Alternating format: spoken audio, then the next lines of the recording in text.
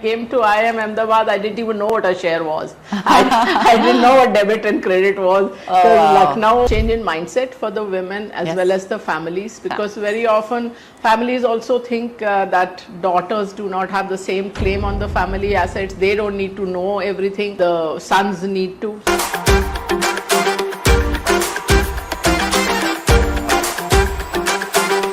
Hello and welcome to Trailblazers. I am Ruchi Makar, and with me in the spotlight today we have Devina Mehra, author, Money, Myths and Mantra. Welcome to the show, Devina. Hi Ruchi, thanks for having me. Devina, Money, Myths and Mantra is a book that challenges common financial misconceptions. What, according to you, is the biggest money myth that you believe holds people back?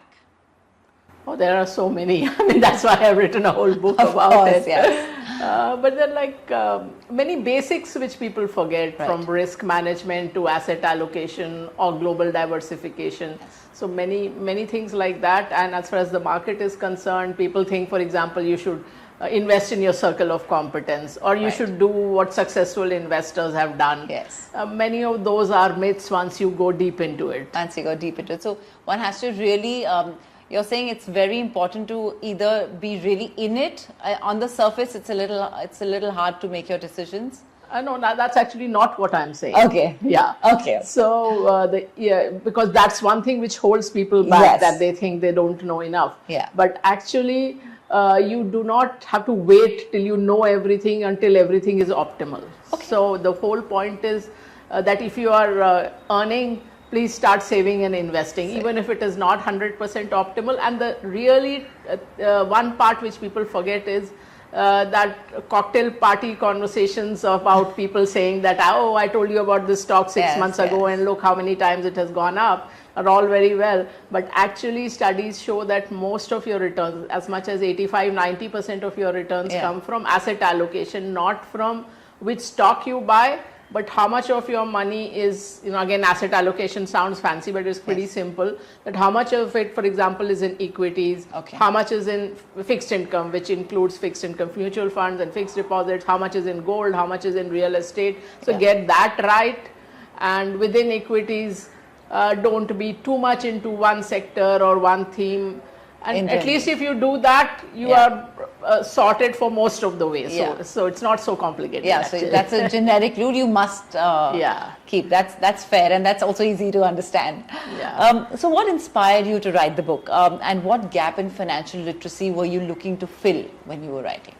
So it was really that for me, this whole journey in financial markets has been one of learning. I always say that I'm in a business where the input and output is money, but the thrill for me is in the learning. Okay. So all through my life, if I look at things, what really excites me and enthuses me and gives me pleasure is learning, not just of course in markets, but other things Yes. also. But this is one of the very few careers that I can think of where even 30 plus years on, you're learning every day. There will never come a stage where you will say that I know it all. I Okay. know what's going to happen. So Yeah. the book really came out of trying to communicate what I have learned in these 30 odd years. So really it's Culmination. Culmination of all that I have learned in over 3 decades. And once you learn, you also want to tell people, you Yes. also want to teach, and Yeah. maybe it's in my genes because my parents have been both academics. Oh, wonderful. So while I did not literally follow in their footsteps, but research and teaching have both been part of my life in another form. Where did you grow up, Devina? I grew up in Lucknow. Oh. So very far away from the world of business. In Yeah. fact, till I came to IIM Ahmedabad, I didn't even know what a share was. I didn't know what debit and credit was. Oh, So wow. Lucknow back then, and maybe even now, was not at all a business city. It's Yeah. like there was no exposure to business, and my parents had zero interest in money Yeah. and investments. Yeah. Oh, that's amazing. But a passionate city at that. Very passionate people Yeah. and a great city nonetheless. Right. The title of your book, there's a word you've used called mantra. My question is, if you had to put in one core financial advice, or a principle into the word mantra, what would that be ideally? Yeah, actually, I've talked about 9 there, but if I talk of one basic thing, Yeah. don't be at extreme ends of the risk spectrum. Okay. Don't be only in bank fixed deposits, which is the lowest risk, but also the lowest return, and Right. over 30 years, you will not make that much money. Yeah. So and neither should you say, I mean, I see people who have not even invested in equity suddenly saying that I will make a living trading stocks or options or even crypto. Yes. So don't go to that extreme of the risk spectrum also. So be in the middle, get a decent return on your money, and over like 20-30 years, that makes a difference of 4 times, that from being in fixed deposits to being in something which has some equity, some fixed income, can make that kind of a difference. And also one other thing which people in India often forget, which is global diversification. Yes. When I started working, for example, the dollar was 12 rupees. Yes. Today it's 87. Yeah. So in the course of less than a career, that's the move. So when you're talking of long-term financial planning, what I need to have 20 years, 30 years, hence you cannot forget global diversification. So the point is, in general, the mantra is really to diversify within the country and globally as well. And globally, and not be at one end of the risk spectrum, not ultra low risk and not very high risk either. Yeah. When it comes to women, many women struggle with taking the first step into investing. What is your advice for somebody who's intimidated by the whole concept of investing, to get into the markets, to take that first step of doing it? Because there are a lot of women who are nervous about stepping in, and I'm sure you know the numbers, but there are a huge number of women, or percentage of women, who don't enter the financial conversation.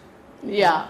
So what is it that, like I said, they're very intimidated by the whole concept. So what is the first step in financial planning, especially, I'm asking from a woman point of view, because they aren't getting there soon, that you would say? Yeah, first of all, this is a cause for me, because as I say that unless you take charge of your finances, you're not really independent. Yeah. And that's one thing which often even highly qualified professional women are willing to cede. And one of the reasons is that there are too many things on their plate, and they say that this is one thing my husband is happy to take care of, so let him take care of it. Yeah. But that's the wrong way to go about it. So take charge of your finances. Yeah. And also, first principle to remember is that confidence does not equal competence. So just because the men in your family, your father, your brother, your husband, or your boyfriend, talks more knowledgeably about finance or investing, doesn't necessarily even mean that they really know that much. Yeah, okay. So don't forget that. So and now all the resources are available to educate yourself if that's what you want. But as I said, first thing is, even if you get the broad asset allocation right, you will make a few mistakes, fine, but get started. Because the longer you leave it, the more you need to invest every month and every year to get to your goal. Yeah. And also remember, if you invest in risk assets like equity, there will be losses at some point. Yeah. Of course, you must cap the losses and have stop losses, but that's another conversation. The point is that, again, if a woman makes a loss in the market, she and her family will often tell her, tumko to aata nahi tha, why did you get into this? And she will beat herself up. Yeah. Whereas when a man makes a loss, often the wife does not even bring it up, that let's not hurt the peace in the mind, in the house and all that. So be okay with taking some losses. And as I said, get the big picture right and you'll be fine. And there are now many resources available. Unfortunately, I saw this data also, which is true, that for women, often the first conversation about money is when they are probably in their mid-20s. Yeah. Whereas typically families start talking to boys about money much earlier. Yes. So those are also things which you have to change. And I've been a feminist from age 10, so this is, as I said, very much of a cause for me. So how early on in your life did you start when was it that you made your first investment? How old were you then? Oh, I didn't start very early. As I said, I didn't even know what a share was Right. when I went to IIM. Of course, I was very young. I was only 19 when I went to IIM, and 21 when I started working. Okay. So for a time, I was working in a bank and the money was in the bank. And also in a bank, you have a lot of restrictions about investing, where you can invest. So as it turned out, of course, that as I said is 100% luck, not any skill. But the first investment I made, which was an unlisted subsidiary of Citibank where I used to work, Okay. that turned out to be a bumper investment. I think Okay. something like a 25,000 investment turned into a crore when, Oh when my it went God. IPO. Oh my God. So that was just pure luck. So Okay. it was, yeah, I started a little later than I should have. Yeah. But then since I started working at 21, even the first 2-3 years, if it goes by, I was still not very old. Of course, and absolutely, because when you start working the first 3-4 years, you're just figuring out how to take this, from completely take the financial independence in your hands. Yeah. To figure that out, big city expenses. So I think definitely for anybody, whatever age they start working, it would take 3-4 years to even give it a thought, because you're just getting through, Yeah, it depends on your background. As I said, Also, my yeah, parents yeah. had no interest in money or investing. I think they didn't even know their salaries. So Yeah. they had no conversations with either me or my brothers about investing. Yeah. So what do you think it'll take to break this, how do I say it? Like, this cold air between money and women, like this difficult relationship, as we like to call it. Should there be a more, is it that families should bring up more conversations, or, there is a little bit of a distance there, and or should we have more workshops in the country? Should it be a part of the education system where it's taught early on? What are your feelings about that? Or is it some research that one should start doing on their own, which is independent? A change in mindset for the women as Yes. well as the families, because very often families also think that daughters do not have the same claim on the family assets. They don't need to know everything.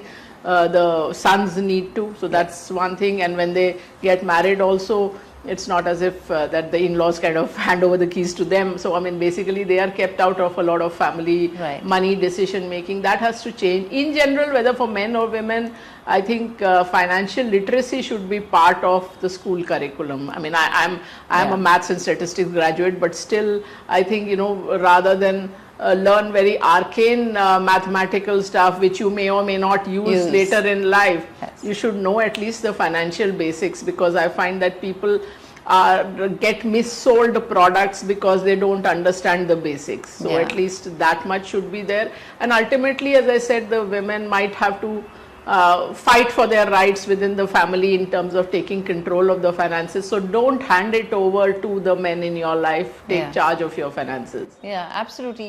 Because there's so many women who do so well when it comes to commerce as a subject or as a stream, and even in economics, they're doing really well. The numbers are amazing. But I think when it comes to money, it's probably when you get hands-on and you get your hands dirty is when you learn how to, Exactly. keep it well. So yeah, you're absolutely right. One has to just dig into it and take a dive in the pool. What are some financial risks commonly people underestimate, and how can they sort of correct that? So that's the thing about, one of the topics that I'm really interested in is how your own brain trips you up, because the human brain has evolved for survival and procreation, Yes. not to optimize your portfolio. So that I often say your brain has absolutely no interest in your portfolio value. So one of the interesting things about us is that what is called an attribution bias, which means that if you ask someone that how much of your returns in equities or in investments in general do you attribute to your own ability, and how much is it because of luck? If the market has been very good, let us say till it was towards the October 2024. Yes. Everybody will say that I was this genius who found about this stock and invested in it, and look how well it did. Yeah.